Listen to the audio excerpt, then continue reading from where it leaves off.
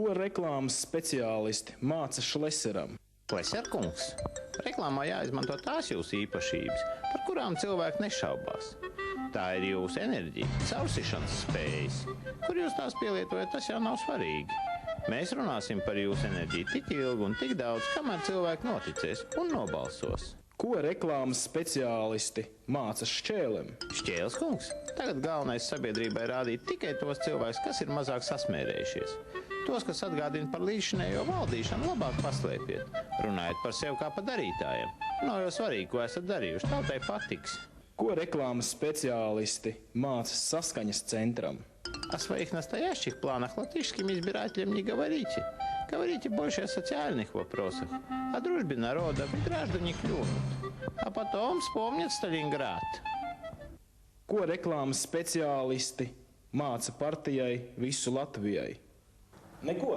Mēs varam atļauties būt tādi, kādi mēs esam. Mums nav vajadzības izlikties citādiem. Un man šķiet, ka tas arī ir mūsu organizācijas ideoloģiskā pamatā, ka arī latviešiem ir jābūt tādiem, kā mēs esam. Mums nav jācenšas apdarināt ne krievi, ne vācieši, ne eiropieši, ne amerikāņi, ne vēl kāds cits. Mēs paši esam pietiekoši liela vērtība, un tas ir jāsāk latviešiem apzināties. Jā, var izvēlēties saldas ilūzijas vai būt sev pašiem, lai arī brīžiem varbūt cik grūti tas nebūtu. Tas bieži ir grūtāk. Partiju Visu Latvijai vada 2 līdzpriekšsēdētāji – žurnālists, politoloģijas students Raivis Dzinters un uzņēmējs 5 bērnu tēvs Imants Parādnieks. Raivi, ja reiz mēs esam izteikušies par citām partijām, tā vai savādāk varbūt ir vērts pievērsties tam, ko citas partijas ir teikušas par mums? Taisnības labad jāsaka, ka daudzkārt šīs sāncenšu partijas un to redzamākie pārstāvi ir teikuši arī daudz pozitīvus vārdus par Visu Latviju. Un tas ir, protams, ļoti patīkami, kā mēs arī uz kaut ko tādu esam spējīgi visā šajā kašķēšanās un cinismu laikā. Es domāju, ka diezgan objektīvi mēs varam teikt, ka Visu Latviju nav jau daudz ko pārmest. Un ja nav ko pārmest, tad sāncenšiem rodas vilinājums izveidot kaut kādus mītus vai stereotipus par mums, kas tiek plaši tiražēti. Tad attiecīgi var piekarināt mums birkas un pasludināt, ka mums jau nav jādiskutē. Mums pārmet vienpusību, bet patiesībā izpratni par pamatvērtībām. Cilvēks no malas vērojot Visu Latvijā darbību, tiešām var padomāt, ka mēs esam iecentrējušies uz kaut ko vienu. Tur tieši tikai nacionāli jautājumi, pilsonības valodas jautājumi.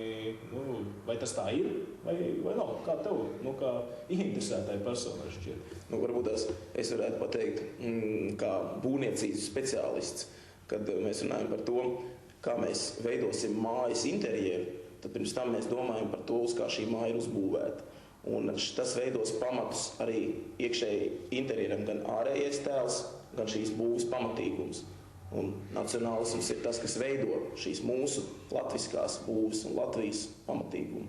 Jā, ja mēs bieži runājam, kā dzēst kaut kāds uzbūves grēks sabiedrībā, ka ir korupcija, ka cilvēki brauc projām no Latvijas, un mēs skatām fragmentāri katru šo atsevišķo problēmu, bet nesaprotam, ka tam ir šis vienotais cēlonis. Un manā skatījumā, es domāju, tu piekritīs, un tā ir mūsu partijas nostāja, ka tieši nacionālisma trūkums, jebkurā jomā pozitīva nacionālisma trūkums, arī noved pie tām sīkajām sekām, ar kur mēs cīnāmies. Jo nevar cilvēkam pateikt, nedzer indi, ja mēs neesam piedāvājuši kaut ko pozitīvu vietā. Un, manuprāt, Visu Latviju ir viena no tām ratajām organizācijām, kas šo pozitīvo pretī piedāvā. Tas ir šis nacionālais pamats. Tieši tā, un tas darbs, ko tu dari, ja tu vienmēr viņu veiksi tikai tāpēc, pēc principa, ko es par to iegūšu, kas man par to būs, tad nevis domājot par to, kas arī paliks, vai tie ir tavi bērni, un kas ir bijis vēl pirms tevis, tad tas rezultāts būs īslaicīgs. Kāpēc palikt šeit un strādāt šeit ar milzu grūtībām, jau aizbraukt citur, kur viss jau ir gatavs? Tieši tas īslaicīgums un ilgtermiņš, manuprāt, ir galvenie atslēgas vārdi, kas raksturo veselīgo nacionālismu. Tātad, ja cilvēks domā tikai, vai politiķis domā tikai par šodienu, tad šiem jautājumiem nav nekādas nozīmes nacionālajiem. Ja mēs skatāmies perspektīvā, tad mums ir svarīgi, kā dzīvos ne tikai mēs, bet kā dzīvosim mūsu nākamās paaudzes, kā dzīvos mūsu bērni, un no tā ir atkarīgs, piemēram, kā dzīvos mūsu pensionāri. Mums pārmet pieredzes trūkumu, bet patiesībā jaunību, kurai pieder ideāli, enerģija un nākotne. Šķiet, ka pieredzes trūkums un jaunība ir tie pārmetumi, kurus pret Visu Latvijai ir izmantojuši sāncenši visbiežāk. Man gribētos teikt, ka tie ir arī visabsurdākie argumenti. Jo, sakot šādai loģikai, sanāk, ka cilvēks vispār neko jaunu nevar darīt savā dzīvē. Ka darīt var tikai tie vecie, kuriem ir pieredze, bet arī viņi taču kādreiz ir sākuši. Kur tā loģika? Jā, pēc šāda principa vadoties, ne es savu uzņēmumu būtu izveidojis, ne arī daudz tie uzņēmumi, kur šobrīd ir līderi savā jomā, būtu tapuši.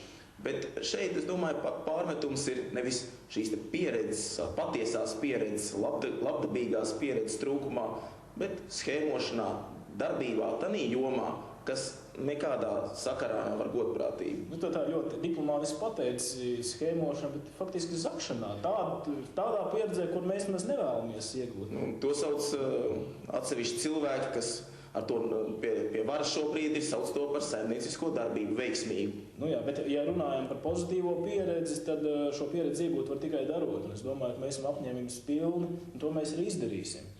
Bet patiesībā, ja mēs paskatāmies Rīgas domas sarakstu, kāds ir visu Latvijai, manuprāt, tur ir tik daudz pieredzējuši un sevi jau līdzinājā darbībā pierādījuši cilvēku uzvārdi, kā pārmest pieredzes trūkumu arī esošajā situācijā ir diezgan neloģiski. Tas nozīmē, ka cilvēki vispār nav lasījuši mūsu sarakstu. Ja izglītības jomā pieredzes trūkumu var pārmest pedagoģijas doktoram, piemēram, Edgaram Kramiņam, kurš ir skolotāju kongresa valdes priekšsēdis, tad lai kāds mēģina.